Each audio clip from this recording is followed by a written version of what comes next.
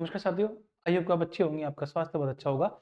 इस एपिसोड के अंदर हम लोग सीखने वाले हैं बेस थ्योरम। ये क्लास 12 का बहुत ही इंपॉर्टेंट टॉपिक है और हर साल बोर्ड में इससे क्वेश्चन आता है। ठीक है, चलो स्टार्ट करते हैं, इसको देखते हैं। पहले एक क्वेश्चन से समझते हैं, मतलब एक थ्योरम को समझने के लिए पहले एक एग्जाम्पल लेते हैं, समझते हैं होता क्या है। देखो, जैसे दो बैग्स हैं हमारे पास, बैग वन है, एक bag one and bag two, दो बैग्स हैं हमारे पास। ठीक है, एक बैग वन में दो व्हाइट बॉल्स हैं, दो व्हाइट बॉल्स हैं और थ्री रेड बॉल्स हैं, थ्री रेड बॉल्स हैं। बैग टू में फोर व्हाइट बॉल्स हैं, four white balls and five red balls, and five red balls. यदि आपसे ये बोला जाए कि एक रेड बॉल को चूज करने की प्रोबेबिलिटी, तो हम कैसे सॉल्व करेंगे इसको? एक रेड बॉल को चूज करने की प्रोबेबिलिटी, तो हम पहले बैग वन से निकालेंगे, बैग टू से, किसी से भी निकाल सकते हैं। हम एक रेड बॉल को किसी भी बैग से हम उसको चूज कर सकते हैं। यदि मानो सपोज करो हमने यहां से एक रेड बॉल निकाल के यहां रख ली, एक रेड बॉल हमने यहां पे रख ली। अब हमें इसमें उल्टा सोचना है, उल्टा ये सोचना है कि जो रेड बॉल है ये किस बैग से आई होगी, बैग वन से आई होगी या बैग टू से आई होगी। रेड बॉल है ये, इसके चांसेस ये हैं कि हमें सिर्फ ये पता है कि इन दोनों बैग में से किसी एक बैग से रेड बॉल को चूज करा गया, यहां रखा गया। नाउ ये रेड बॉल बैग वन से आई है या बैग टू से आई है, इसकी प्रोबेबिलिटी बतानी है। अब तक हम क्या कर रहे थे, अब तक हम ये कर रहे थे कि हम बैग वन में से या बैग टू में से हम एक रेड बॉल को निकाल के हम उसके चेक करते कि कितने परसेंट चांस है कि बैग वन से रेड बॉल निकाली जाए। हम एट रैंडम किसी भी एक बॉल को चूज करते हैं, हम ये फाइंड आउट करते थे कि सपोज करते हैं बैग वन से रेड बॉल निकालनी है, इसकी प्रोबेबिलिटी बताइए। नाउ हमने एक रेड बॉल निकाल ली, वी डोंट नो कि किस बैग से आई है, हमें सिर्फ इतना बताना है कि ये रेड बॉल बैग वन से आने की कितनी प्रोबेबिलिटी है। This is called reverse probability, तो बोलते हैं हम रिवर्स प्रोबेबिलिटी, उल्टी प्रोबेबिलिटी। मतलब एक इवेंट हो चुका है, होने के बाद ये चेक कर रहे हैं कि वो किस इवेंट से हुआ होगा, या जैसे एक रेड बॉल आई है, किस बैग से आई होगी। अब हम इसको लिखेंगे कैसे? जैसे मैं आपसे बोलूं कि हमने कंडीशनल प्रोबेबिलिटी में ये सीखा था, the probability of first bag के बाद में रेड बॉल की प्रोबेबिलिटी।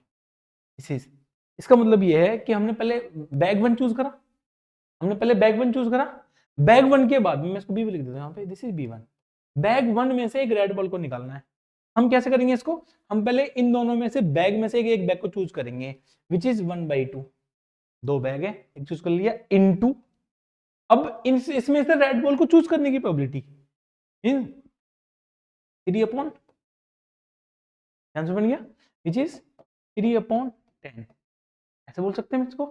बट नाउ हमने एक रेड बॉल निकाल ली, हमने एक रेड बॉल चूज कर ली, हमने यहाँ पे सपोज करो इन दोनों बैग में से हमने एक रेड बॉल को निकाल के बाहर रख लिया। लिखने का मेथड, ये जो रेड बॉल है, ये बैग वन से चूज करी गई होगी, इसकी प्रोबेबिलिटी बतानी है। देखेंगे रेड बॉल का इवेंट पहले कंसीडर करा गया, now after that bag one से बॉल आ रही होगी। हम यहाँ पे जो लिख रहे हैं this is probability, bag one को चूज करा गया, ऐसे रेड बॉल निकाल रहे हैं, लेकिन यहाँ पे रेड बॉल जो चूज करके आई है वो बैग वन से आई होगी, इसकी कितनी संभावना है, दिस इज रिवर्स प्रोबेबिलिटी। तो हम इसको पढ़ते हैं बेस थ्योरम में। एग्जांपल समझ में आया? रिवर्स करने में हम एक बेस थ्योरम लगाएंगे।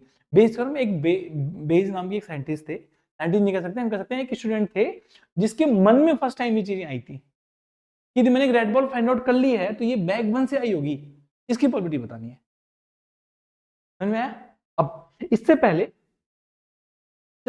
हम इसमें ये सीखेंगे कि टोटल प्रोबेबिलिटी, हम इसमें कंसेप्ट ये सीखेंगे, हमें ये समझ में आया? हम सबसे पहले ये सीखने वाले हैं कि टोटल प्रोबेबिलिटी। वैसे मैं आपको एक फॉर्मूला दिखाता हूं, बेस थ्योरम का फॉर्मूला ये होता है, this is the formula for Bayes theorem.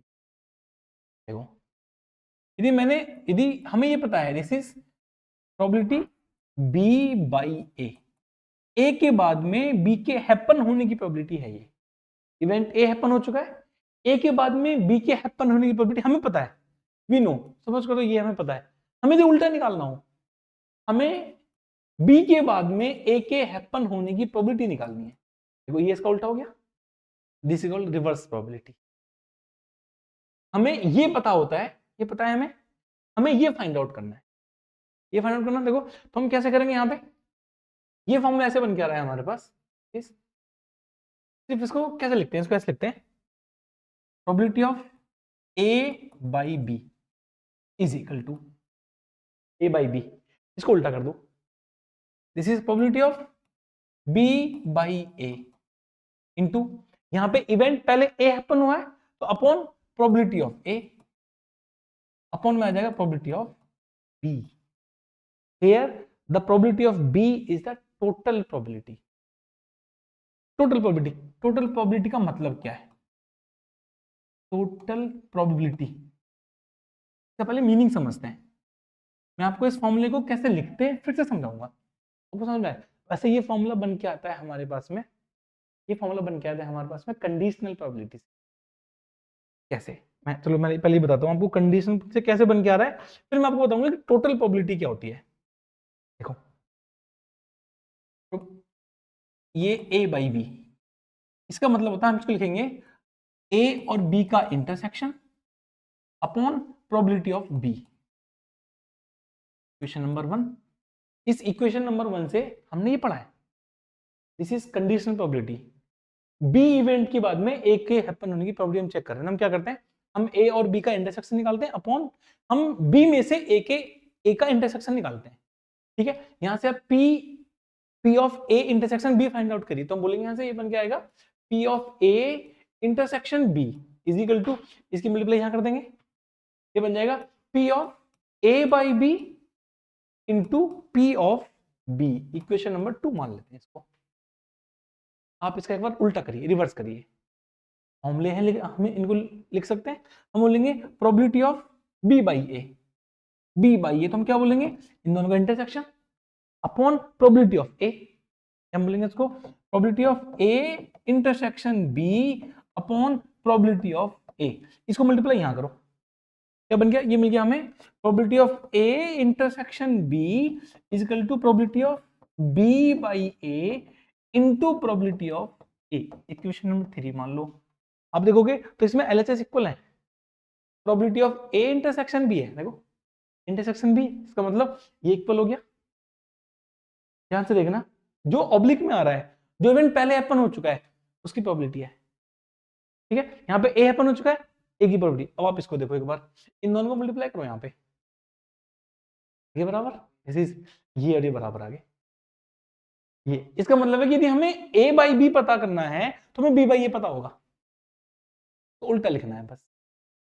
ठीक है, नाउ बात करते हैं इसकी टोटल प्रोबेबिलिटी। टोटल प्रोबेबिलिटी का मतलब क्या होता है, अभी हमने जो एग्जाम्पल लिया है तो फिर से देखते हैं एक बार। टोटल प्रोबेबिलिटी, आपसे बोला जाए कि एक रेड बॉल निकालने की प्रोबेबिलिटी बताइए। दो बैग हैं, बैग 1 बैग 2, दो बैग हैं।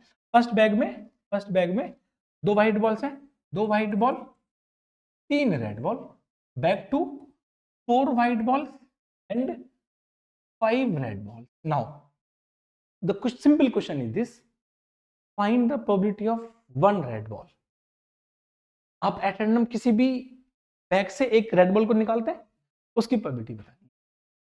Find the probability of single red ball की प्रोबेबिलिटी बतानी है। Please find the probability of single red ball. इसका मतलब है, इसका मतलब ये है कि हम एक रेड बॉल निकालेंगे। क्या रेड बॉल हम एट रैंडम कहीं से निकाल सकते हैं? नो। पहले चूज करेंगे, क्या पहले चूज करेंगे? पहले बैग 1 चूज करेंगे। तो हम बोलेंगे कि अच्छा पहले हमें बैग तो चूज करना पड़ेगा, मैं बैग 1 में से निकालू। अब तक हमने जितने क्वेश्चन करे हैं या 11th में जो पढ़ते हैं हम ये पढ़ते हैं कि केवल एक बैग 1 होता है हमारे पास। तो यदि मानो हम ये बैग 2 को हटा दें यहाँ से, हम सिर्फ एक बैग 1 की बात करें, मैं बोलूंगा आपसे सिर्फ एक बैग 1 है, एक ही बैग है, उसमें दो व्हाइट बॉल्स हैं, तीन रेड बॉल है, एक रेड बॉल निकालने पर क्या बोलोगे? ठीक है 3/5। बट नाउ हियर 2 बैग्स, अब आपको पहले एक बैग चूज करना पड़ेगा। एक बैग को चूज करने की probability will depend on the bags. कितने बैग्स? 2 बैग्स हैं, तो मतलब देखो, तो मतलब क्या हुआ यहाँ पे कि हमें एक रेड बॉल निकालनी है, तो या तो हम बैग 1 से निकाल लें और बैग 2 से निकाल लें, और का मतलब क्या होता है प्रोबेबिलिटी में? ऐड करना।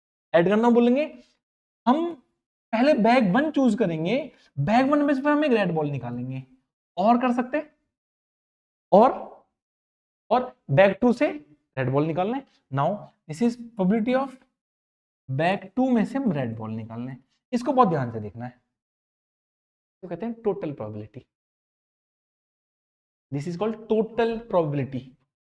टोटल प्रोबेबिलिटी, टोटल प्रोबेबिलिटी है। यहाँ पे क्या हुआ, बैग 2 पहले हमने मतलब हमें एक रेड बॉल निकालनी है, एक रेड बॉल निकालने की प्रोबेबिलिटी हम या तो बैग 1 में से निकाल सकते हैं, और बोलेंगे और का मतलब ऐड करना, बैग 2 में से निकाल सकते हैं।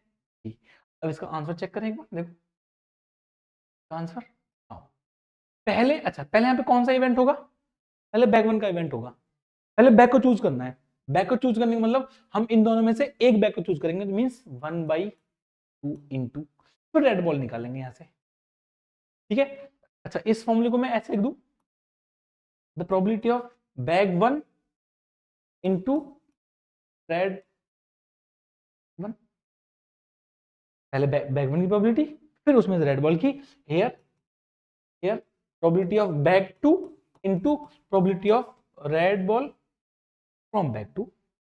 ये पता है हमें ये कितना होता है, दिस इज 1/2, बैग 3 होंगे, 3 बैग्स होंगे, 1/3 बोल देंगे भाई। इक्वल चांसेस ना, हम कोई भी बैग एट रैंडम चूज कर सकते हैं। बैग 1 में से रेड बॉल, बैग 1 में कितनी बॉल्स है 5, 3/5 into 3/5 plus here bag 1 bag 2 1/2, और बैग 2 में से एक रेड बॉल 5/,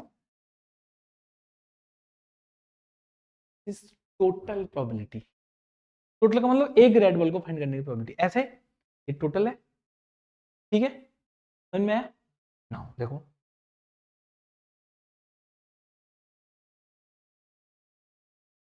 तो देखो एक बार टोटल प्रोबेबिलिटी थ्योरम कैसे, देखो ये एक ए इवेंट है, ए इवेंट से पहले में देखेंगे कि ए का कुछ पार्ट E1 में आ रहा है, कुछ E2 में आ रहा है, कुछ E3 में, E4 E1 ऐसे En तक जा रहा है। इसका मतलब है यदि मुझे सिर्फ ए की प्रोबेबिलिटी निकालनी है, तो ए अकेला तो ए है नहीं, अकेले तो ए है नहीं, पहले ए प्रोबेबिलिटी जो ए है वो E1 में से आ रही होगी, कुछ पार्ट E2 से आ रहा होगा, तो टोटल प्रोबेबिलिटी बनेगी। आप देखोगे, देखो ये जो पोर्शन है, यदि मुझे P ऑफ ए निकालना है, P ऑफ ए का मतलब है प्रोबेबिलिटी ऑफ ए निकालना है, probability of A find out करना है मुझे, मीनिंग दिस, समझो देखो ये सैंपल स्पेस ये हो गया। वैसे अच्छा बताओ मुझे, यदि मुझे इसको निकालना हो तो हम क्या करेंगे, मुझे P ऑफ ए निकालना हो तो कैसे निकालेंगे, सिर्फ P ऑफ निकालना बोलेंगे, P ऑफ ए का मीनिंग हुआ कि n of a upon n of s। Meaning बन क्या है इसका, भाई यदि हमें नंबर ऑफ एलिमेंट्स पता हो ए सेट के और टोटल सैंपल्स भी पता हो, हमें निकाल सकते हैं। लेकिन हमने क्या करा, हमने इस ए को डिवाइड कर लिया, हमने इस ए को डिवाइड किया कैसे, देखो इस ए का कुछ पार्ट E1 में आ गया, कुछ E2 में आ गया, तो मैं इसको ऐसे बोल सकता हूँ, जो टोटल वैल्यू बन के आने वाली है हमारे पास, दिस इज n1 जो पार्ट E1 में है, प्लस n2 कुछ पार्ट E2 में है, प्लस n3 कुछ पार्ट E3 में है, डेट डैश प्लस n कुछ पार्ट nn में है, ठीक है। अब यहाँ पे क्या हो रहा है कि यदि हमें E1 के लिए चेक करना है, तो देखो E1 पहले हमें E1 चूज करना पड़ेगा, E1 में से कुछ पार्ट एक में आ रहा है, तो हम इसको बोलते हैं टोटल प्रोबेबिलिटी। हम इसको लिखेंगे कैसे, हम कैसे लिखेंगे, जो टोटल प्रोबेबिलिटी बन के आने वाली है हमारे पास, this is probability of A is equal to, this is, पहले हमने E1 चूज करा, पहले हमने E1 चूज करा, E1 चूज करने के बाद हमने वो कॉमन पार्ट चेक करा जो ए के लिए संबंधित है, तो बोलेंगे E1 into probability of A by E1, means E1 में से जो पार्ट इसके कॉमन आ रहा है वो पार्ट है। पहले इवेंट E1 हुआ, E1 के बाद में हमने ए चेक करा, क्या ए कंप्लीट हो गया, नो ए कंप्लीट नहीं हुआ, अभी तो हमने सिर्फ इतना पार्ट चेक करा, देखो this is the only part. Now E2 part, तो हम पहले E2 चूज करेंगे, E2 चूज करने के बाद में फिर हम वो कॉमन पार्ट चूज करेंगे जो ए का पार्ट है, प्लस बोलेंगे plus probability of E2 into probability of a by E2, E2 में से फिर हम a चेक करेंगे। ऐसे करके जितने टोटल पार्ट्स बन के आएंगे सबको ऐड करेंगे। यार देखो आप एक बार, ये लिखा हुआ है, this is called total probability. जैसे अभी हमने बात करी थी रेड बॉल, टोटल प्रोबेबिलिटी, क्योंकि रेड बॉल सिर्फ बैग 1 में नहीं है, बैग 2 में भी रेड बॉल है। समझ आया? अब total probability, now again come to the Bayes theorem. देखो बेस थ्योरम, बेस थ्योरम को हम एक तरह से और चेक कर सकते हैं। कैसे? ये लिखा हुआ है probability of b by a is equal to, उल्टा लिखेंगे, this is probability of a by b into probability of b upon, upon हम क्या करेंगे यहाँ पे, अपॉन प्रोबेबिलिटी ऑफ a। जो नीचे लिखा है इसको बोलते हैं टोटल प्रोबेबिलिटी। इस टोटल देखो, टोटल है, ये टोटल है। सिंपल तरीका मैं आपको बताऊं, सिंपल तरीका कैसे लिखते हैं इसको।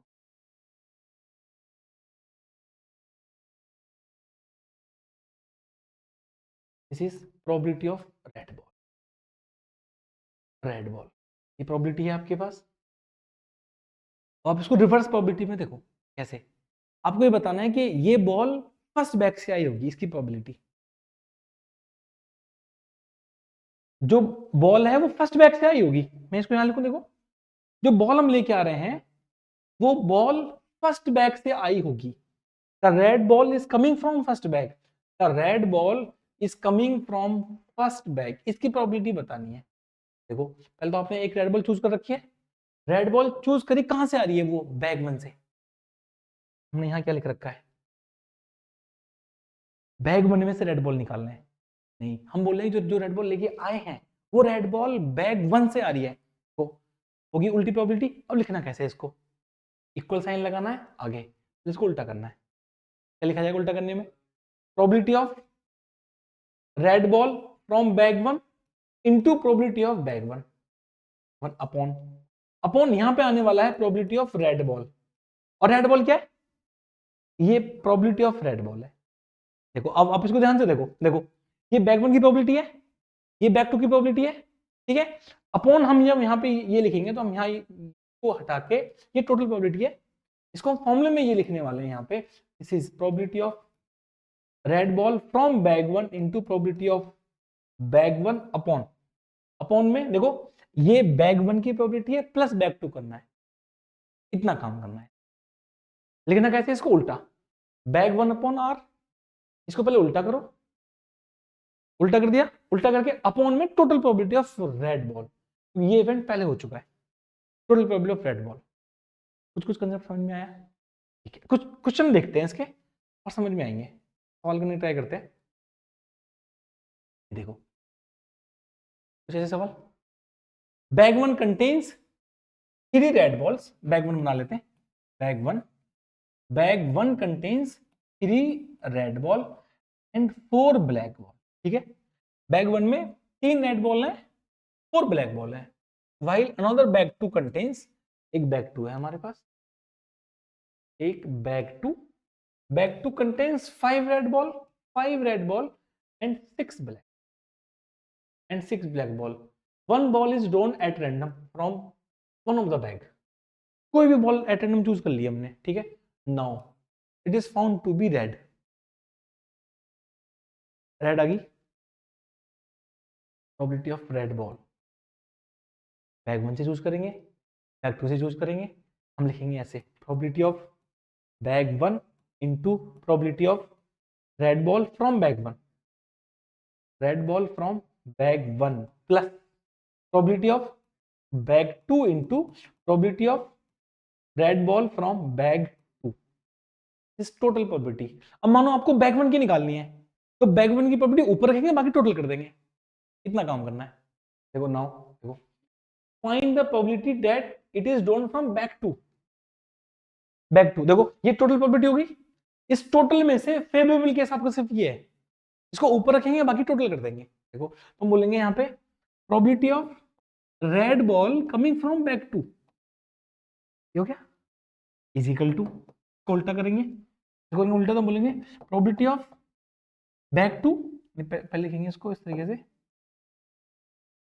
Probability of bag two red ball into probability of bag two upon total.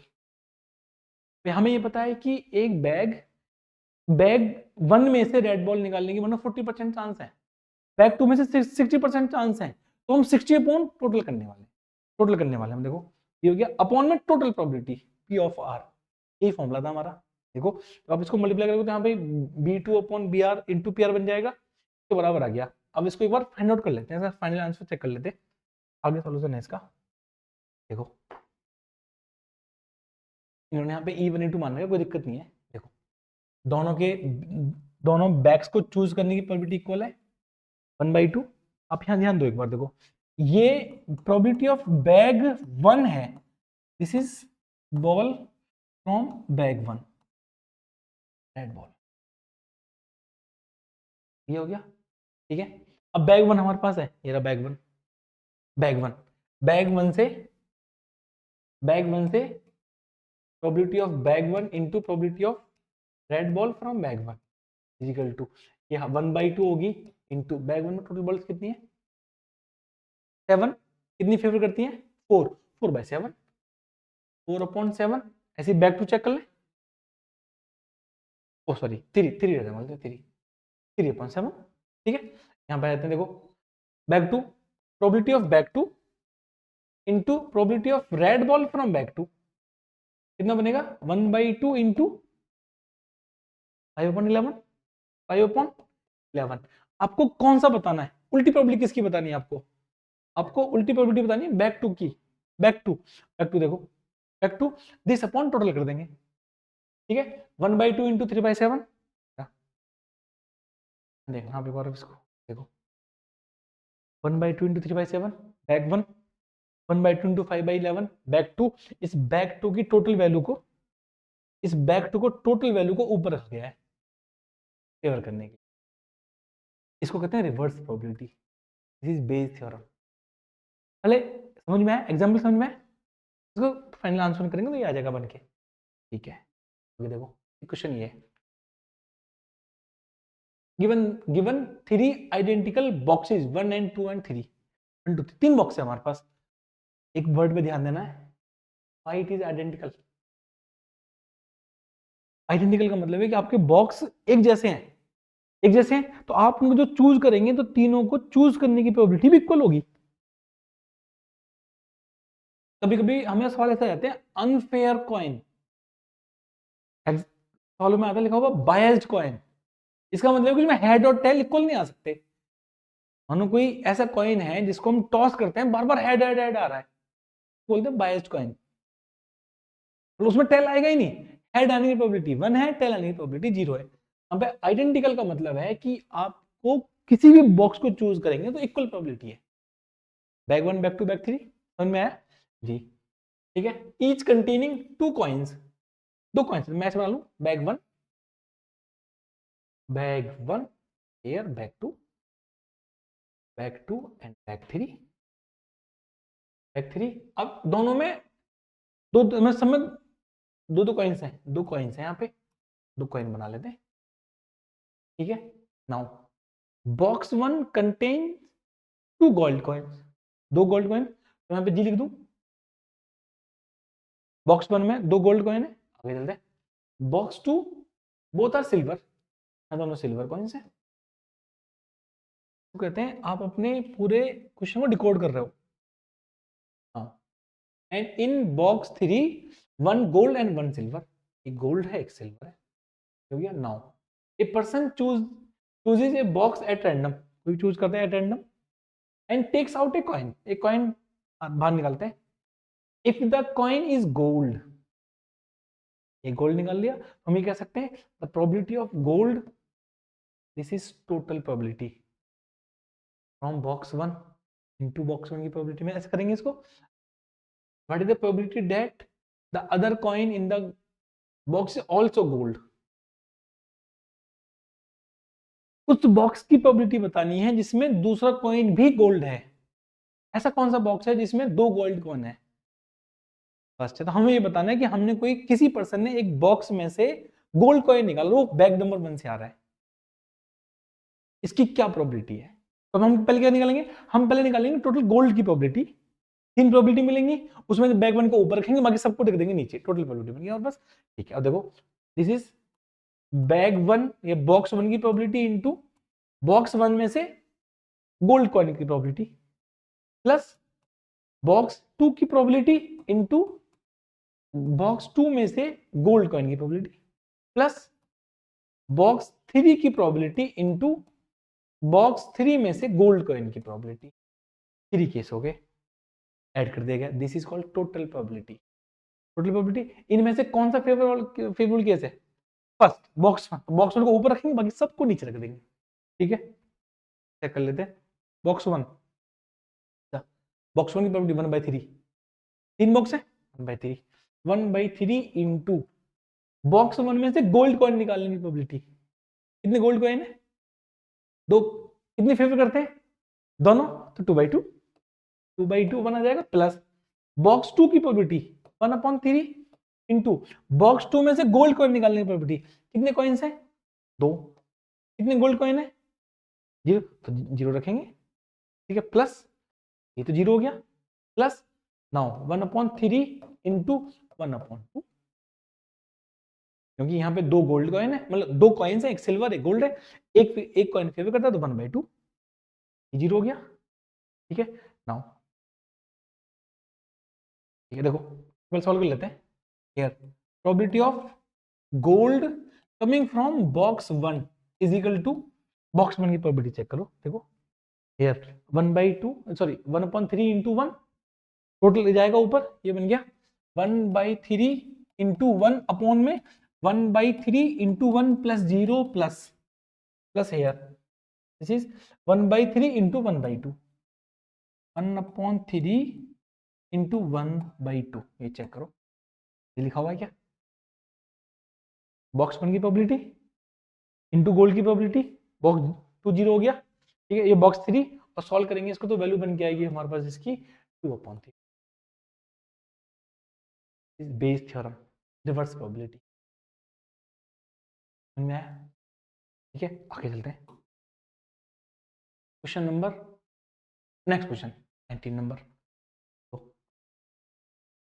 In a factory which manufactures bolts, एक फैक्ट्री है जो बोल्ट बनाती है। ठीक है, machine A B C manufactures respectively 25%, 35% and 40% of the bolts. मतलब एक company में 3 मशीनें हैं, एक कंपनी है जिसमें 3 मशीनें हैं, A machine, B machine and then C machine. 3 मशीनें हैं, और तीनों मशीन देखो क्या टोटल 100 आ रहा है क्या?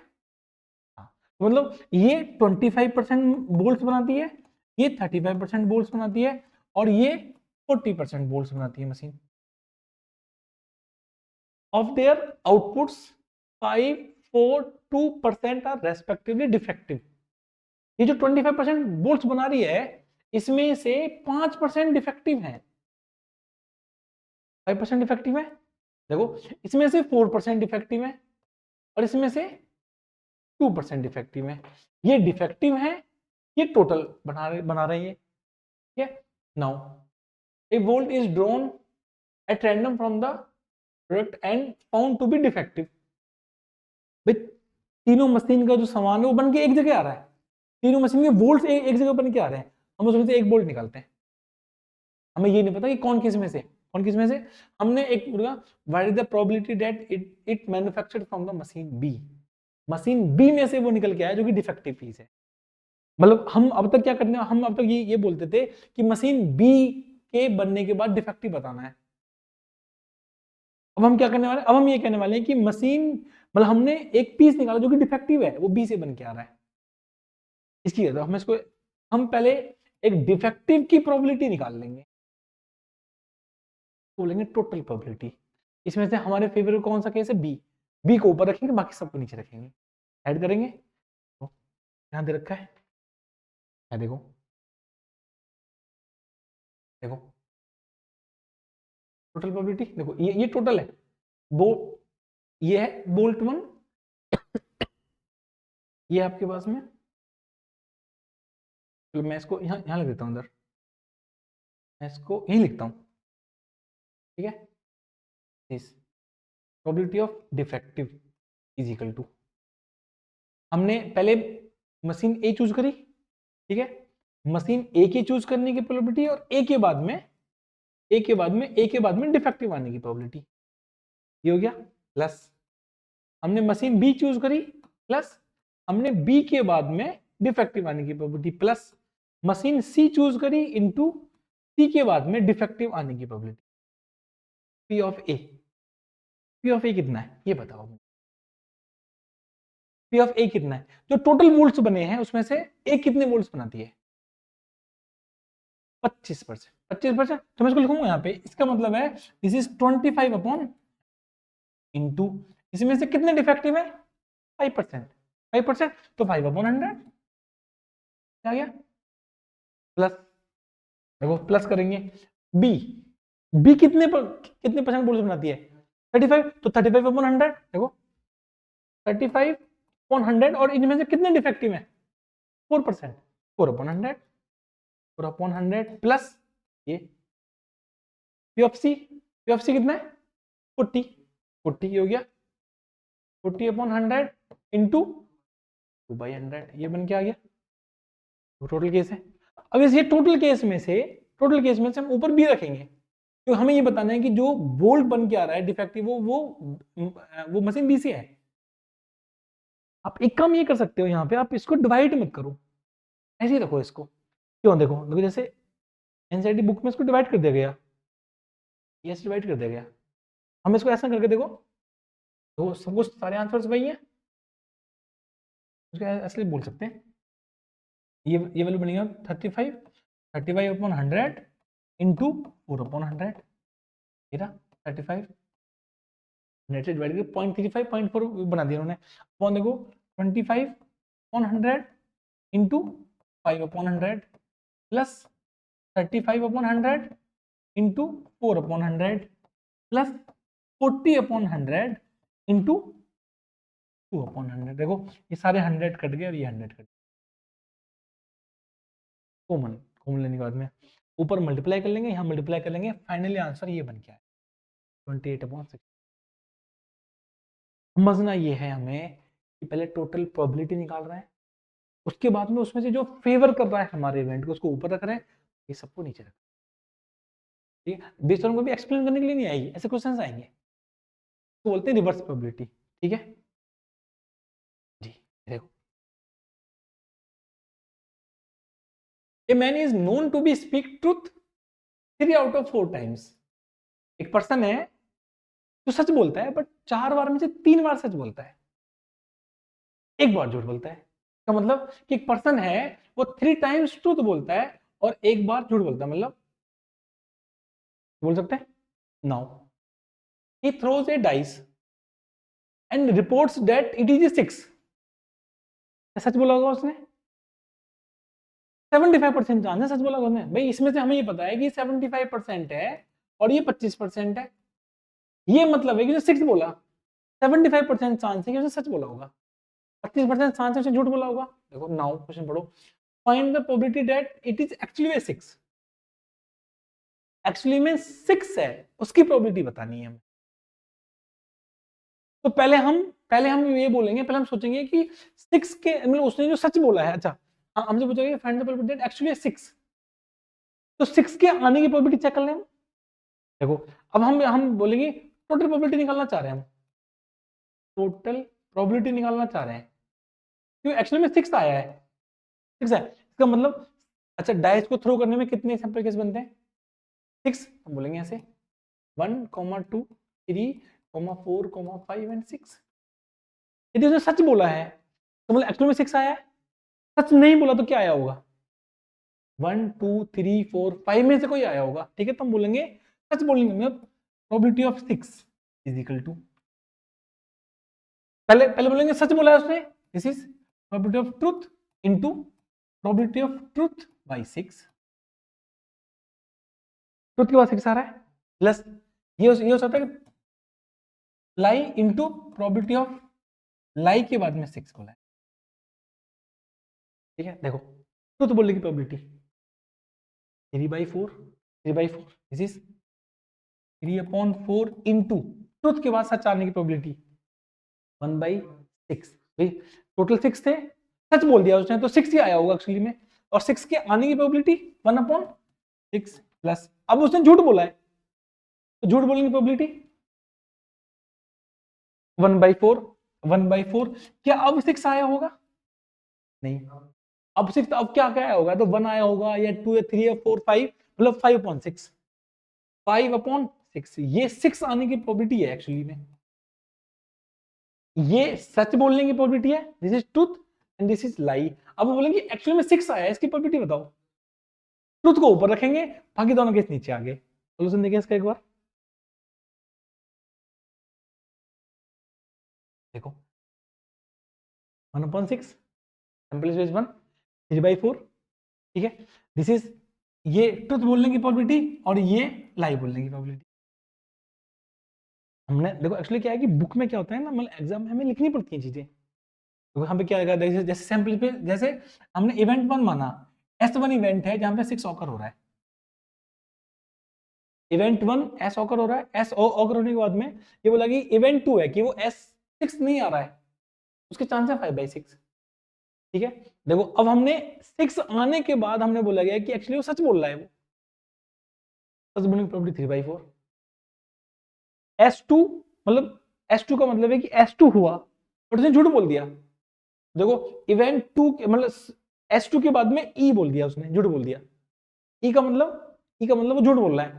देखो यहाँ पे नाउ दिस इज 1/4, 3/4 1/4, लेकिन इससे अच्छा है कि आप ना देखो सिंपल केस बनाया हमने, सिंपल केस बनाया हमने, ट्रुथ बोला, ट्रुथ 3/4 इंटू एक्चुअली में 6 आया होगा 1/6 प्लस लाई बोला, झूठ बोला उसने, झूठ बोलने की प्रोबेबिलिटी 1/4 इंटू अब 6 नहीं आया होगा 5/4। अब टोटल ऊपर जाके इसको रखेंगे हम, इसको रखेंगे नीचे, सॉल्व करेंगे। देखो आपके वही केस बन गया है, सॉल्व करके वैल्यू बन के आएगी 3/। This is all about base. समझ में आया? Okay, thank you so much.